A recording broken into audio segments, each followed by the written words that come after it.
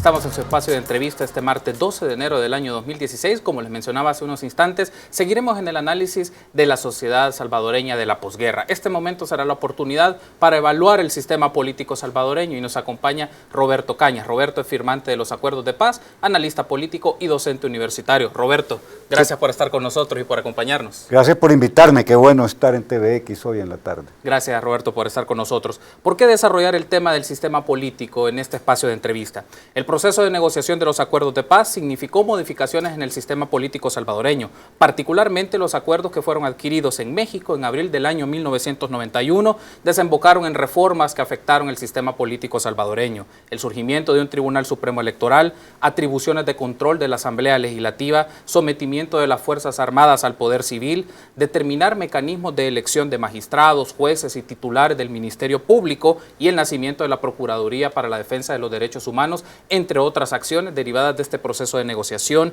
en abril de 1991 y materializado en la firma en Chapultepec en el año 92. Luego, en la posguerra, el sistema político empezó a operar con modificaciones en sus reglas y nuevos acontecimientos. Preste atención a este dato que le voy a mencionar. Desde 1994 se han celebrado 5 elecciones presidenciales y 2 procesos de segunda vuelta, año 94, año 2014, para la presidencia y la vicepresidencia de la República. 8 procesos de elecciones legislativas y municipales, la alternancia en la administración del órgano ejecutivo, surgimiento de instituciones de control y de acceso a la información. Dicho todo este contexto que acabo de mencionar, podemos hacernos una pregunta que es la generadora de este análisis que haremos con Roberto. ¿Podríamos hablar de un régimen democrático cuando nos referimos a El Salvador? Esa será un poco la discusión que tendremos contigo, Roberto, en este espacio de entrevista. Y quiero aprovechar la primera interrogante, considerando tu experiencia, parte del equipo negociador, parte del equipo firmante de los acuerdos de paz. Quiero preguntarte lo siguiente. Viendo en retrospectiva la sociedad salvadoreña desde el año 92 y llegando hasta este momento, 2016, ¿considerás que se cumplieron las expectativas en ese momento como equipo negociador que pretendían lograr ciertos cambios en el sistema político salvadoreño? Bueno, en términos de reforma electoral hay que decir que se lograron cambios significativos. La historia electoral de El Salvador antes de la firma de los acuerdos de paz fue la historia de la burla de la voluntad popular, sí. Es decir, el Tribunal Supremo Electoral no existía, sino que existía el Consejo Central de Elecciones, que era el Consejo Central del fraude en las elecciones. El padrón electoral se logró establecer mecanismos para controlarlo, y digamos que en términos del tema electoral, los 2 grandes logros fueron esos: crear el Tribunal Supremo Electoral y asegurar que el padrón tuviese las condiciones que permitiera el compromiso de elecciones libres y limpias. Pero como acabas de mencionar, Carlos, solo la palabra elecciones, creo que si hacemos el análisis del discurso, la ha repetido una infinidad de veces. Sí. Y democracia no es hacer elecciones cada 3 o cada 5 años. El tema de la democracia es muchísimo más profundo que lo electoral. Esta es una democracia electoral, delegativa, en la cual precisamente es una democracia, digamos, representativa limitada. ¿Por qué la limitación de la representatividad? Porque todo se reduce a hacer elecciones cada 3 o cada 5 años, ni siquiera reformas importantes que garantizan, por ejemplo, tener los resultados con una inmediatez que es clave. Aquí, bueno, en la última elección de diputados casi un mes se pasó en el recuento de los votos. Entonces hay un agotamiento, pero muy claro, de lo que fue el alcance de los acuerdos de paz en el tema político electoral. Hoy el sistema está entrampado. La trampa que tiene es la de la polarización y la de la confrontación que tiene, pero volviendo al tema de los 24 años, pues lo electoral, digamos que en términos de democracia representativa, tuvo los avances de que las elecciones han sido limpias y libres, muchísimo más que en el pasado, antes de la firma del acuerdo, pero eso no alcanza. Necesitamos voto electrónico, necesitamos que el elemento perturbador de la democracia electoral es el financiamiento privado de los partidos y de las campañas. Eso no lo logró el acuerdo de paz, y es el elemento distorsionador más importante de la democracia representativa. También lo que has mencionado, creo yo, no lo planteaste, pero es fundamental en términos de poder, y la política es el arte del poder, es la supeditación del poder militar al poder civil. Ciertamente las reformas constitucionales y el hecho de que los militares se dedicaran a estar en los cuarteles y a no intervenir en la vida política del país y reducir sus funciones constitucionales a solamente 2, es la reforma política más importante. O sea, lo político no solamente es lo electoral, como tú bien sabes, sino que lo político es el tema del poder.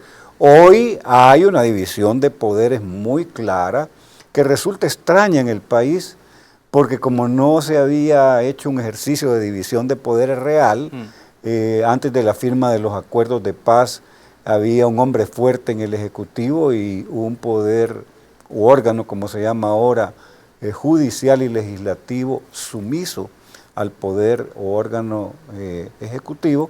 Hoy hay división de poderes y por supuesto genera eso una crispación muy grande porque el sistema no está acostumbrado a la división de poderes que es propio de la misma democracia, desde los padres de la democracia, desde Rousseau, desde John Locke. Dividir los poderes era clave. En El Salvador eso es nuevo y genera urticaria porque el poder, el órgano judicial interviene señalando que es constitucional o no, y eso no está muy acostumbrado el sistema político del país. Roberto, ¿consideras tú que 24 años, las bases para el sistema político de características democráticas se asentaron con los acuerdos de paz, o lo ves tú que se minó esa base que se pudo acordar o que se pudo lograr en el año 92 o materializarse en el año 92, considerando que 2-3 años antes pues el proceso de negociación fue bastante intenso y se desarrollaron diversos acuerdos en reformas constitucional particularmente? Si la democracia la reducimos a hacer elecciones limpias y libres,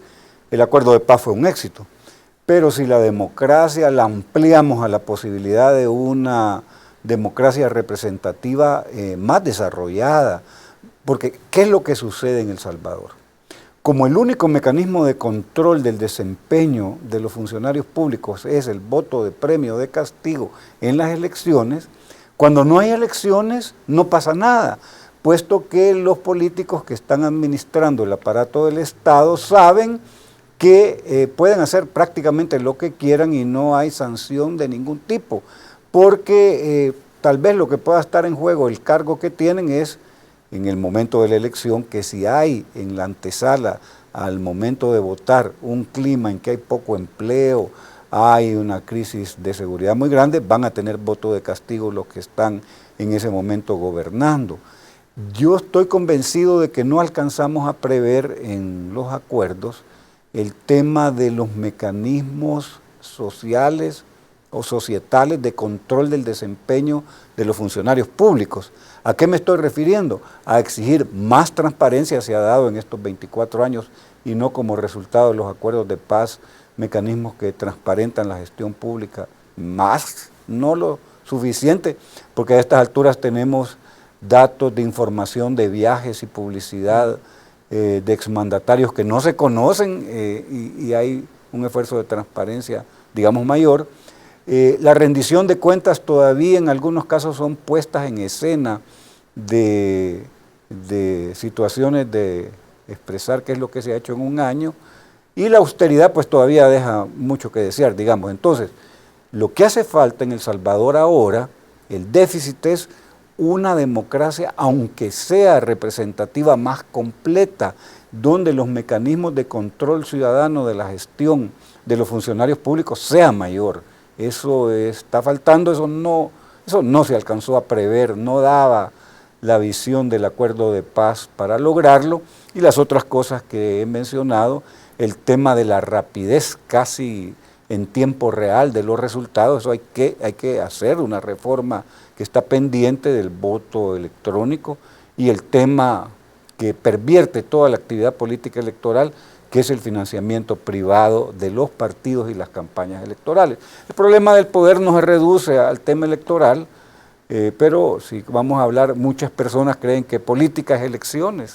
Si tenemos que hacer una clasificación, Roberto, del sistema político salvadoreño, ¿cómo lo clasificarías? Pensando en esta variable de relaciones de poder, porque la política ciertamente es la gestión del poder. Entonces, ¿cómo clasificarías el sistema político? ¿Un sistema cooptado por pequeños grupos? ¿Un sistema que le da espacio y participación a los demás? ¿Que hay competencia? ¿Cómo lo valoras tú? Bueno, en términos del sistema de partidos, es un sistema de partidos bipartidista, polarizado, que hoy está en una trampa de confrontación, de polarización. Es un bipartidismo que no desarrolla capacidad propositiva, que está ciego en una confrontación inútil, estéril. Vemos que el principal partido de la oposición dentro del sistema político simplemente se sale con portazo de los precarios espacios de búsqueda de diálogo, que no llegan a acuerdos específicos, pero por lo menos la interpartidaria era eso, un espacio precario, digamos, pero existente para llegar a dialogar y tal vez llegar a acuerdos. Pues el principal partido de oposición se retira y con portazo, y aduciendo de que hay una declaración en un documento que les parece que no es adecuado. Y digo más, yo estoy convencido que el partido Arena, que es el partido que está en la oposición, entiende mal lo que es ser partido de oposición. Ha estado como dominando el obstruccionismo y la idea de que cuanto peor mejor. Es decir, esa lógica como que si estuviéramos a las puertas de una elección. Si lo que hace el partido de oposición es señalar lo malo del gobierno sin proponer nada alternativo, parecería ser que se quiere presentar ante lo malo que señala del gobierno como la opción en la siguiente elección, pero que falta demasiado tiempo. Entonces, este sistema, que yo lo puedo categorizar como un sistema bipartidista, porque domina los dos grandes partidos la vida política electoral, digamos, y polarizado, es decir, muy confrontativo, pero de manera estéril esa confrontación, que no lleva a resolver los problemas de El Salvador ni sacar adelante este país. Tenemos que hacer la primera pausa en este primer bloque de entrevista, Roberto, pero regresando me gustaría que platiquemos un poco más de la representación de intereses en este momento del sistema político salvadoreño, tu perspectiva, cómo ves también el sistema político salvadoreño en los próximos años y también algunos elementos a considerar para el debate de nuestros amigos de la política, de cómo se está ejerciendo la política en nuestro país. Vamos a hacer una breve pausa, pero continuamos en su espacio de entrevista de Informa TVX Primera Emisión. Volvemos.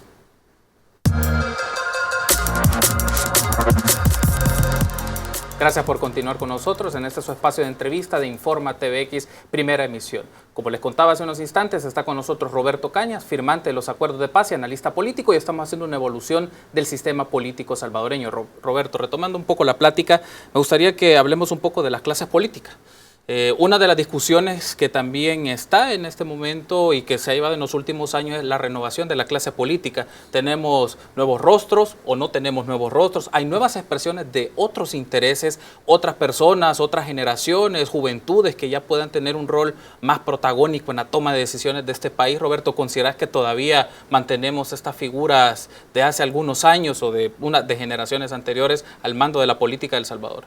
Bueno, en términos de lo partidario, todavía es muy fuerte la presencia de las cúpulas de los partidos con personajes que tienen muchísimos años de estar en la dirección de los institutos políticos. Sí, han surgido caras nuevas y eso es bueno, la combinación de políticos experimentados con políticos que recién empiezan a desarrollar su práctica partidaria es buena, pero todavía el desarrollo político del país es muy precario, la falta de formación política de los militantes es muy clara, de lejos se nota que tienen vacíos fundamentales de preparación y de formación política.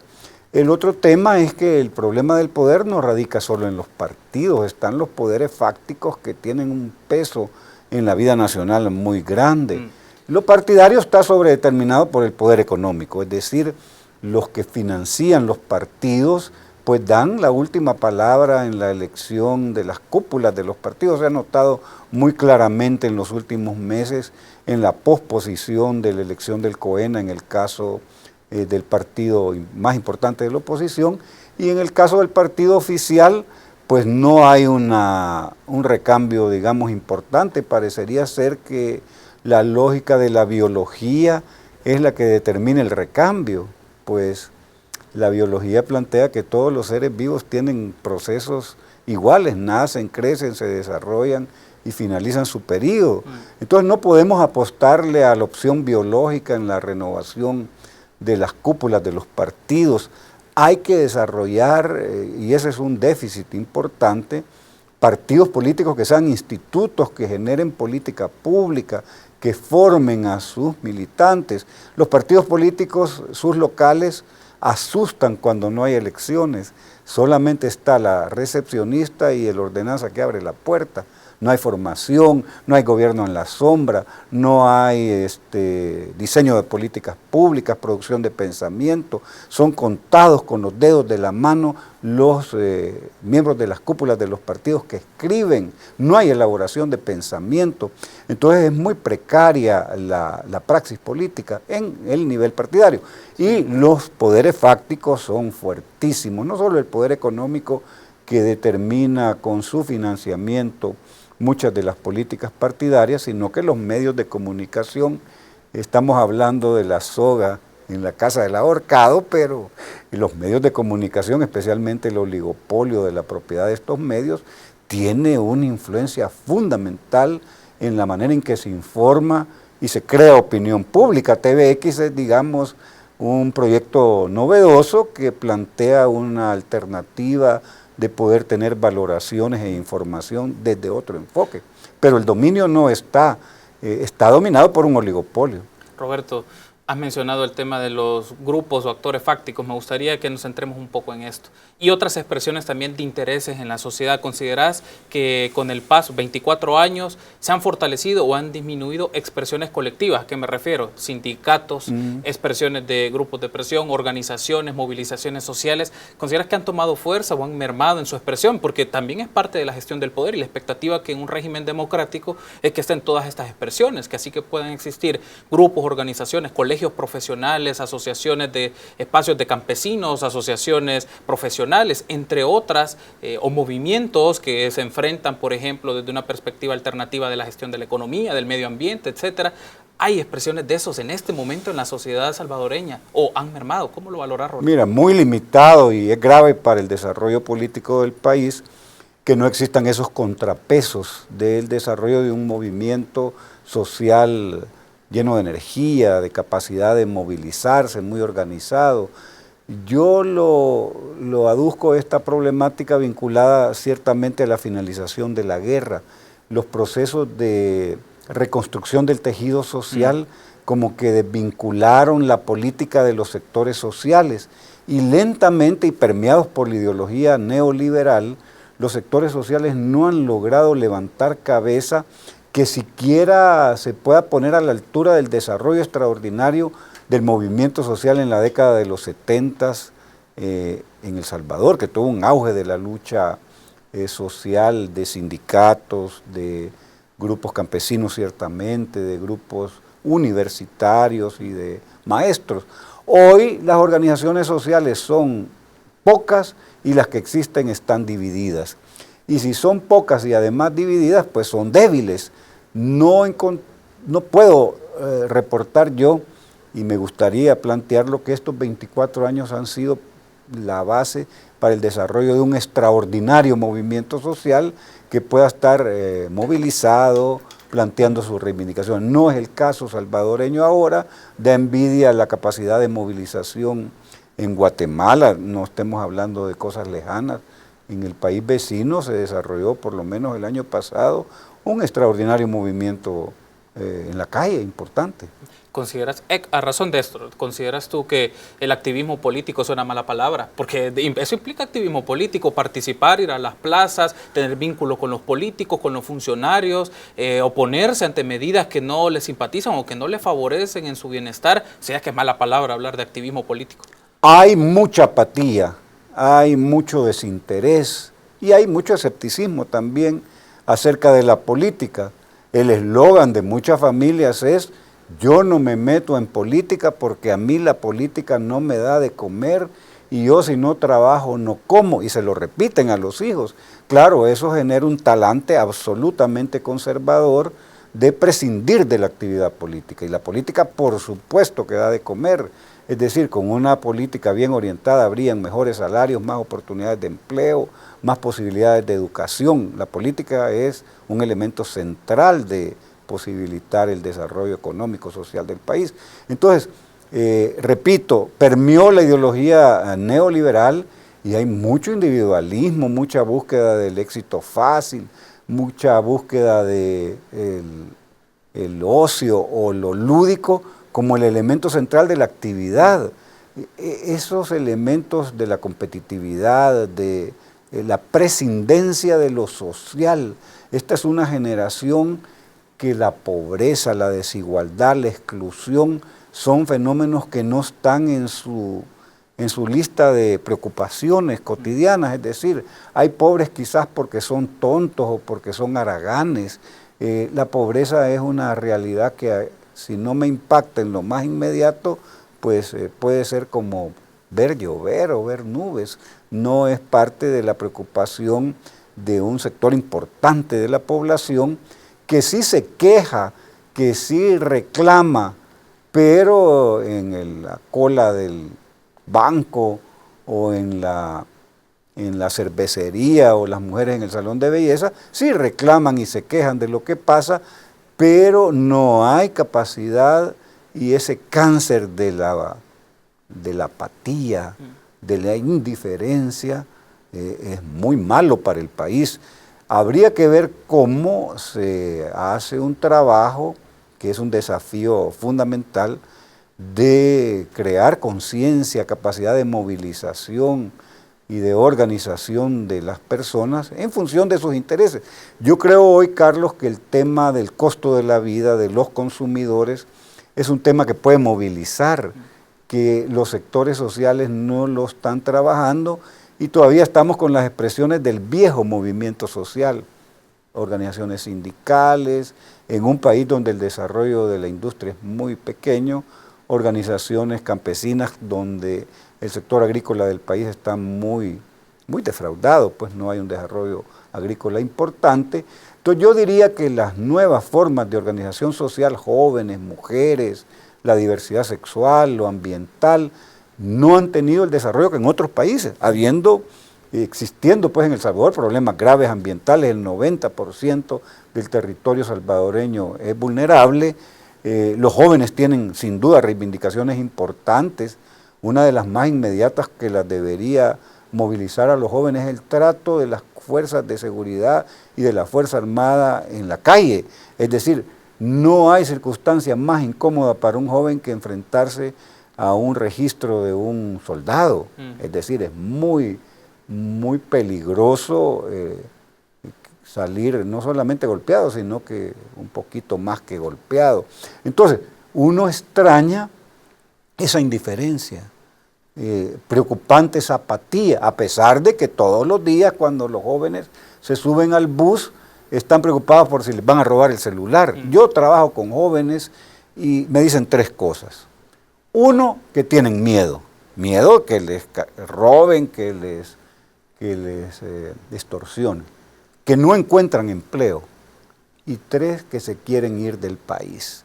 Entonces, un país que no ofrece oportunidades es expulsor de su población y plantea como una opción viable el irse. Entonces, estamos en una realidad política muy desafiante donde los partidos han roto el vínculo con los sectores sociales.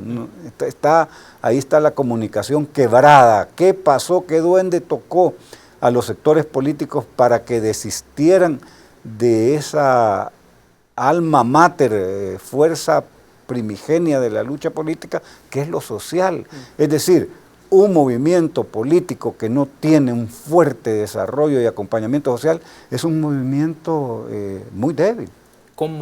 ¿Cómo, Roberto? ¿Cómo podemos lograr esa materialización del activismo político? Porque pueden existir diversas expresiones. Uno, tiene que ser la educación, la formación en actividades políticas, en interés de lo político. Otro puede ser, hay que vivirlo, hay que sentir las demandas, tener este miedo, esta necesidad de empleo, esta idea de hacer su vida, con su proyecto de vida en este país y no buscarlo en otro lugar, asumiendo los riesgos que implica hacerlo, la migración de manera indocumentada. Es decir, ¿cómo se puede activar o canalizar esa energía para desarrollar activismo político, para que la gente vaya no solo a espacios públicos, tenga más contacto con los políticos, les demande, les exige más, no solo la expectativa del abrazo en el momento de las elecciones o de la fotografía al momento de la campaña electoral? Bueno, un tema es de currículum educativo. Hay que educar para la ciudadanía.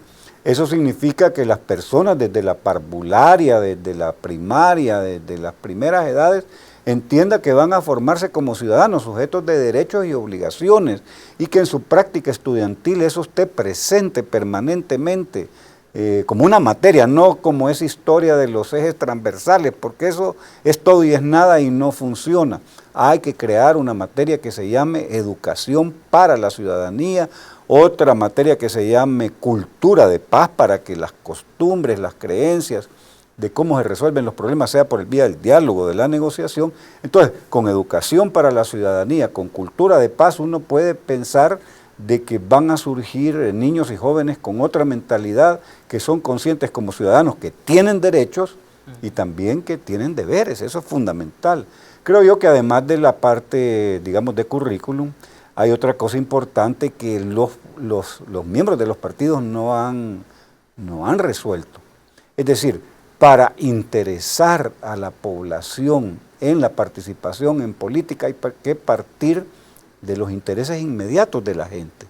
A la gente le preocupa que hay en la Asamblea Legislativa una discusión acerca de que si renuevan el subsidio para los buses, y la gente eso lo entiende porque los buses no renuevan la flota, no les dan mantenimiento, los motoristas hacen lo que les da la gana a velocidades que quieren y le tiran el bus a los automovilistas. Entonces, si un partido político pone en el centro de la discusión la necesidad inmediata, el interés más doméstico y cotidiano de la gente, posiblemente haga la conexión para interesar y que la gente llegue en esa lógica de entender de que esa cuestión de la delincuencia, del que le robe el celular, de que los buses tienen problemas de mantenimiento, es un problema al final de carácter político, que teniendo el poder se tiene la capacidad de decidir sobre esos temas, que no hay divorcio. Pero ahora las personas creen que esos problemas de la cotidianidad, que no hay empleo, que los buses son malos, que hay delincuencia, es un problema que está separado de la práctica de los políticos. Y justamente un político debe estar en función de la satisfacción de los intereses de la gente. Para eso son los partidos, para resolver los problemas de la gente. Gracias, Roberto, por habernos acompañado. Ha sido un análisis muy interesante y espero que en el transcurso del año pues, nos sigas acompañando para desarrollar diversos aspectos de valoración y de análisis de lo que ocurre en la política salvadoreña. Pues listo, una vez al año no hace daño, pero yo esperaría más veces que una sola. Bueno, pues la invitación está hecha, Roberto. Espero que puedas seguir acompañándonos en Informa TVX en el espacio de entrevista. Vamos a hacer una breve pausa y continuamos con más información después de publicidad. Regresamos.